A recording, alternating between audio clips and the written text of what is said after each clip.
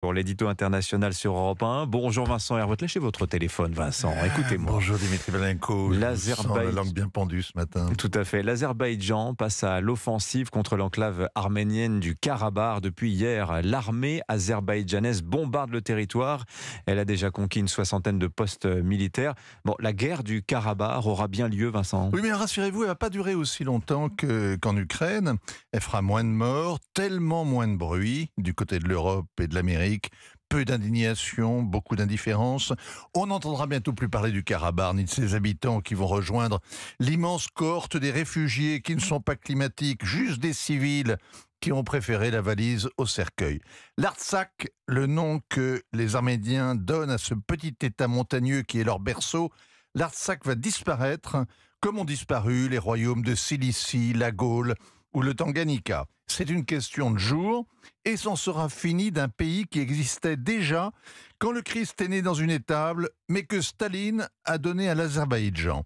Et si je parle du Christ, c'est parce que ce coin du Caucase a été le premier royaume chrétien et il est resté fidèle à à la promesse de son baptême. On peut compter sur les Azerbaïdjanais et leurs alliés turcs pour en effacer la trace. Les monastères du Karabakh vont connaître le sort des chapelles à l'abandon qu'on trouve à Chypre Nord, occupé par l'armée turque depuis 50 ans, avec des anges comme des fantômes sur les murs, car les fresques ont été repeintes à la chaux. L'Azerbaïdjan a lancé hier un rouleau compresseur sur la République du Karabakh.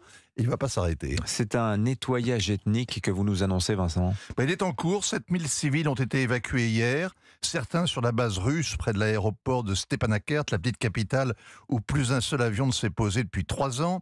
Les Russes les prennent en charge. Ils ne veulent pas d'un bain de sang. Bakou réclame que le Karabakh hisse le drapeau blanc, qu'il dépose les armes, que ses institutions soient dissoutes. Bref, une capitulation sans condition. Ensuite, les vainqueurs disent qu'ils pourront envisager d'éventuelles discussions.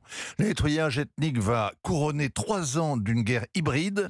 L'Azerbaïdjan a mené une première offensive à l'automne 2020, écrasant l'armée arménienne. La Russie a imposé une trêve, mais l'Azerbaïdjan s'est employé à isoler la province. La seule route qui la reliait à l'Arménie a été coupée. L'électricité, le gaz, le téléphone, Internet aussi, et le ravitaillement. Pas de chauffage, pas de lait pour les enfants. Stepanakert a subi ce blocus en espérant un miracle. C'est la guerre en Ukraine, Vincent, qui a scellé le sort du Karabakh. Les Russes sont incapables de protéger les Arméniens ou même d'arbitrer leur conflit avec les voisins.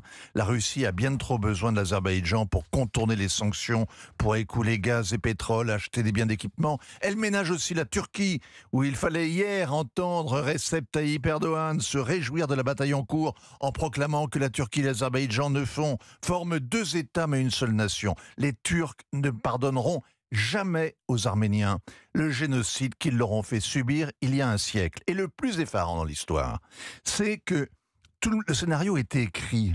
Le monde prévenu, le pire était certain et le monde n'a pas bougé. La Russie renvoie dos à dos agresseurs et agressés. L'Amérique s'en lave les mains. L'Europe condamne mais ne sanctionne pas. La France est isolée, elle fait des phrases.